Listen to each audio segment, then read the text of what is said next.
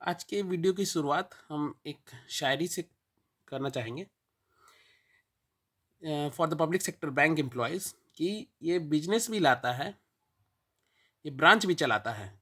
ये public sector bank का employ है साहब, ज़रूरत पड़ने पे शटर भी उठाता है। हेलो एवरीवन, आज का टॉपिक है हमारा बिजनेस पर employ of public sector bank. इससे इसको आसान भाषा में समझा जाए तो इससे ये पता चलेगा कि एक एम्प्लॉय कितना बिजनेस हैंडल कर पा रहा है अपने ऑर्गेनाइजेशन के लिए। और ये जितना ज़्यादा होगा उससे ये पता चलेगा कि उस बैंक में उतना ज़्यादा वर्कलोड है एम्प्लॉय पे। तो अभी हम लोग टोटल और सारे 12 पब्लिक सेक्टर बैंक्स का बिजनेस पर एम्प्लॉय नंबर्स देखेंगे और देखेंगे कि सबसे ज़्यादा वर्कलोड किस बैंक का है। और अगर इसको देखा जाए मैथमेटिकली, बिजनेस पर एम्प्लॉय का मतलब टोटल बिजनेस कितना है उस ऑर्गेनाइजेशन का और टोटल एम्प्लॉय उसके कितने हैं। अगर उसको डिवाइड कर दिया जाए तो बिजनेस पर एम्प्लॉय आएंगे। अगर प्राइवेट सेक्टर की बात करें तो वो अराउंड 20 के आसपास ही उसकी बिजनेस पर एम्प्लॉय आती है। मगर पब्लिक सेक्टर की बात करें तो वो अभी आपको ये एक एक करके देखने मिलेगा। और जैसे कि हम लोग जानते हैं पब्लिक सेक्टर बैंकों में पर डे मतलब दिन प्रतिदिन काफ़ी ज़्यादा बिजनेस बढ़ रहा है, मगर उस हिसाब से एम्प्लॉयज़ नहीं बढ़ रहे हैं। तो ये ऑटोमेटिकली आने वाले समय में ये बिजनेस पर एम्प्लॉय नंबर्स बढ़ता ही चला जाएगा। उससे ये होगा कि वर्कलोड ऑफ एम्प्लॉय बढ़ेंगे। तो इसको कर्टेल करने के लिए कुछ कदम उठाए भी जा रहे हैं ऑर्गेनाइजेशन से, जैसे कि डिजिटाइजेशन किया जा रहा है ताकि उतनी ज़्यादा एम्प्लॉय का ज़रूरत पड़े ही नहीं।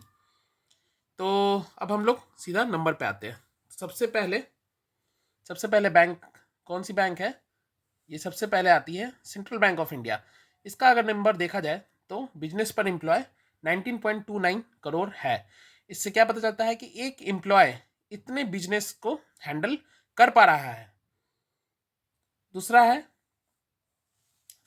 यूको बैंक, जिसका नंबर है 20.06 करोड़, मतलब बिजनेस पर employ is 20.06 crore.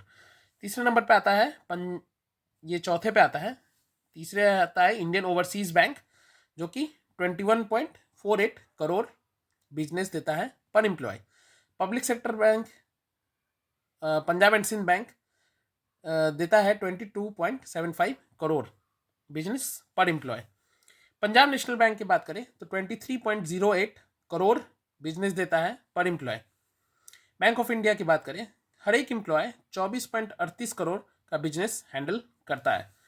Canara bank की बात करें तो 25.58 करोड़ बिजनेस हैंडल करता है कैनरा बैंक का हर एक एम्प्लॉय।